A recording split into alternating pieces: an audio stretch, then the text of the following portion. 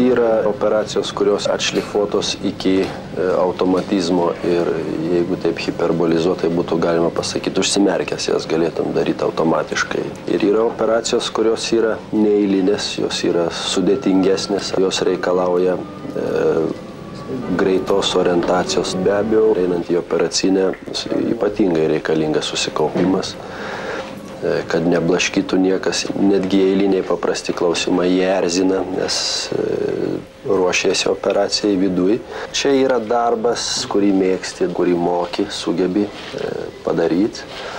Visi įsivaizduoja, kad palietus širdį kažkas tai stebuklingo atsitinka su chirurgu ir su to pacientu.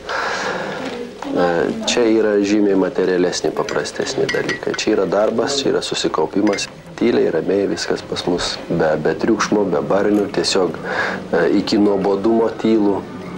Ir visada groja klasikinė muzika. Prie tokio fono profesorius Rimantas Benetis įprato užsienio šalių operacinėse, kuriuose praleisti 8 metai.